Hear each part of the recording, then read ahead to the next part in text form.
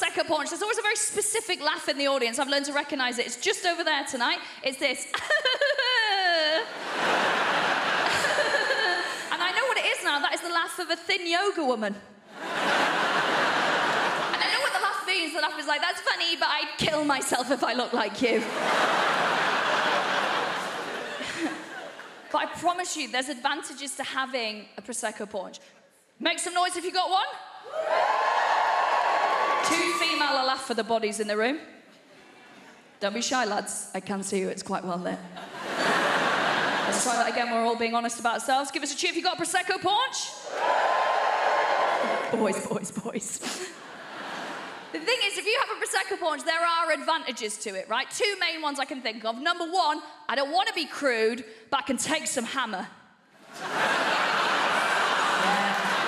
Yeah, it's true. I can give you a list of names that can attest to that as well. Not surnames. Now, the other thing is my Prosecco Paunch always gives me the greatest slice of joy, right? You know those 3 incredibly hot days we get that we pass off as the summer, right? I absolutely love those because that's when I get all my tanning done. I'm taking it very seriously. I go and get a chair from the kitchen. I go and put it slap bang in the middle of my garden, right? Because all the sun hits there. I've not got outdoor furniture. I'm not a Tory. So I pop it there. And then I get as naked as is legally possible. So I've got full spaniel's ears out. Smallest knickers I can find. You might be worrying about me now, because this is obviously filmed in London. I live in the countryside. I've not really got neighbours. I've got one lad who can see into my garden. He's depressed. He's not looking out his window for 3 weeks. We're fine, right?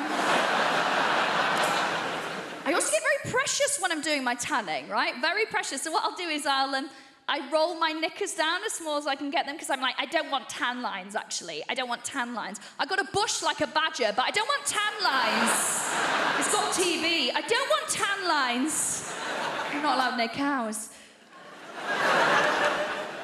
So I lie there, drinking it in, and as I lie there, think to myself, you know what? I am going to get up, and I am going to go to the freezer, and I am going to treat myself to a 3rd Magnum of the day. Because I'm a special princess, and I do deserve it. Thank you.